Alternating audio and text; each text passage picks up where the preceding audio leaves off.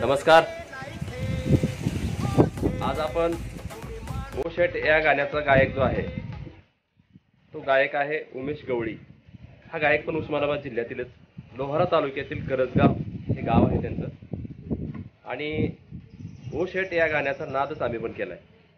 गाण्याच्या ओळीप्रमाणेच आम्ही पण या गाण्याचा नाद करून हे जे गाणं संगीतबद्ध केलं, गीतकार आहेत आणि आज गायक आहेत. यापूर्वी आम्ही प्रणिकेत खुने आणि संध्या केशे या दोघांचं फोन रेकॉर्डिंग आम्ही तुम्हाला ऐकलेलं आहे. आणि आज आम्ही जो उस्मानाबाद जिल्ह्यातील लोहारा तालुक्यातील करजगाव येथील जे गायक आहेत उमेश गवळी, हे सध्या पुण्याला आहेत. त्यांचं पुण्याला ते स्टुडिओ आहे, परंतु ते उस्मानाबाद जिल्ह्यातील आहेत. म्हणजे हे गाणं उस्मानाबाद जिल्ह्यातील कलाकारांनी लॉन्च केलेलं आहे. आणि आम्ही उमेश गवळीसोबतही आता फोनवर रेकॉर्डिंग केलेलं आहे. फोनचं त्यांच्यासोबत आम्ही बातचीत केलेली आहे. ते आम्ही तुम्हाला ऐकवणार आहोत. ही बातचीत ऐकल्यानंतर तुम्ही आमच्या या डिजिटल माध्यमाला लाईक करा, सबस्क्राईब करा आणि शेअर करा. हॅलो.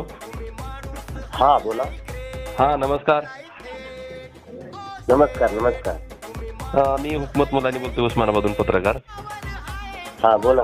तुम्ही ते सध्याचे सोशल मीडियावर जे गाणं गाजतंय ओ शेट, तुम्ही नादच केलाय थेट, हे गाणं तुम्ही गायलेलं आहे. आणि प्रणिकेत खुने आणि संध्या केशे आणि तुम्ही या तिघांचं नाव खूप गाजतंय सोशल मीडियावर सध्या, तुमच्या तिघांचं. तुम्ही त्रिमूर्ती हे जे आहेत ते सोशल मीडियावर खूप सध्या धुमाकूळ घालताय. तुम्ही याबद्दल म्हणजे उस्मानाबाद मध्ये जे हे गाणं रेकॉर्ड केलेलं आहे तुम्ही? नाही, गाणं पुण्यात रेकॉर्ड झालंय. अच्छा. म्हणजे तीन शहराचा संगम आहे. अच्छा. नाशिक मध्ये ते गाणं लिहिलं गेलं, उस्मानाबाद मधून माझ्याकडे आलं. अच्छा. गावून उस्मानाबादला पाठवलं. अच्छा. आणि उस्मानाबाद मध्ये त्याचा रिदम झाला. अच्छा. आणि उस्मानाबाद मधूनच लॉन्चिंग झालं चॅनलला. अच्छा, म्हणजे गाण्याचं लॉन्चिंग हे उस्मानाबाद मधून झालंय? हो हो. अच्छा. तुमचं मूळ गाव कोणतं आहे? उस्मानाबाद जिल्ह्यातच माझं मूळ गाव आहे. करजगाव म्हणून आहे, लोहारा तालुक्यामध्ये करजगाव म्हणून आहे, माकणीच्या खाली. अच्छा. ते माझं मूळ गाव आहे. अच्छा. तुम्ही पण उस्मानाबाद जिल्ह्यातलेच कलाकार आहात?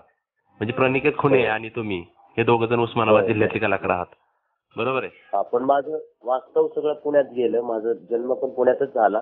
अच्छा. पण फक्त माझं मूळ गाव करजगाव आहे, लोहारा तालुक्यातलं करजगाव. हो हो. अच्छा.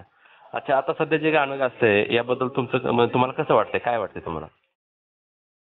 रसिक मायबापांचे आभार मानायचे मला, कारण त्यांच्या आशीर्वादामुळे, त्यांच्या प्रतिसादामुळे या सगळ्या गोष्टी होतात. तर आम्ही रेग्युलर आमचं काम करायचं म्हणून प्रामाणिकपणे आम्ही म्युझिक मध्ये काम करतो. पण एखादी गोष्ट किंवा एखादी संकल्पना मनापासून आवडणे आणि डोक्यावर घेणे हे रसिक मायबापांचं काम आहे.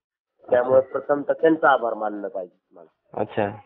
अच्छा. तुम्ही उस्मानाबाद जिल्ह्यातले आहात. उस्मानाबाद जिल्ह्यातले जे कलाकार आहेत, जे ग्रामीण भागातील कलाकार आहेत किंवा संगीत ह्याच्यामध्ये काम करणारे, गायन काम करणारे, त्या कलाकारासाठी तुम्ही काय संदेश द्याल?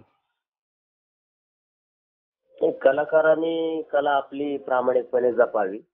आणि प्रामाणिकपणे आपण जर कला जपत राहिलं तर योग्य त्यावेळी, योग्य त्या दिवशी तुम्हाला परमेश्वर योग्य ती प्रसिद्धी हे देतोच.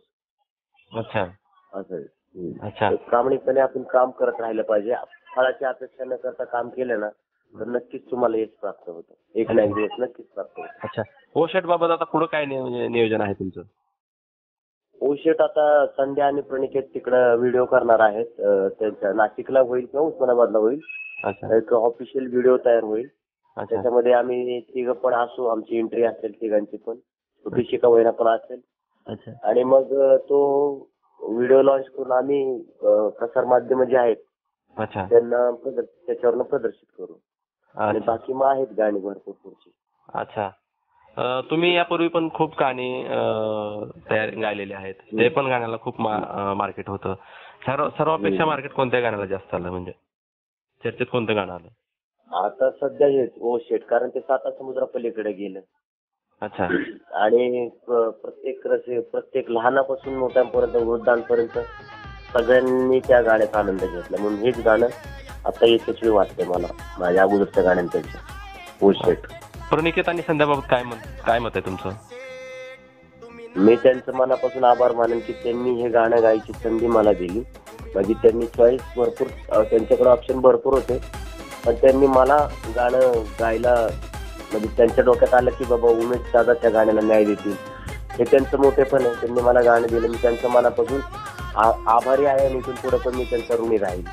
अच्छा, आमच्या प्रेक्षकासाठी तुम्ही एक ओळ गाऊ शकता का? हो गातो. गाऊन दाखवा. नेटवर्क जाम तुम्ही केलं या, गाव तुमचं व्हायरल झालं या, व्हिडिओचा तुमचाच गाजवाजा आहे, पुन्हावर माझा भरवसा नाही. ओ शेठ तुम्ही नादच केलाय थेट, ओ शेठ तुम्ही माणूस हाय लय ग्रेट. Thank you sir. अरे वा वा वा वा, थँक्यू. तुम्ही वेळ दिलात. तुमच्या सर्व टीमला आमच्या टुडे समाचारकडून खूप खूप शुभेच्छा. धन्यवाद सर. थँक्यू. नादच केलाय थेट, ओ शेठ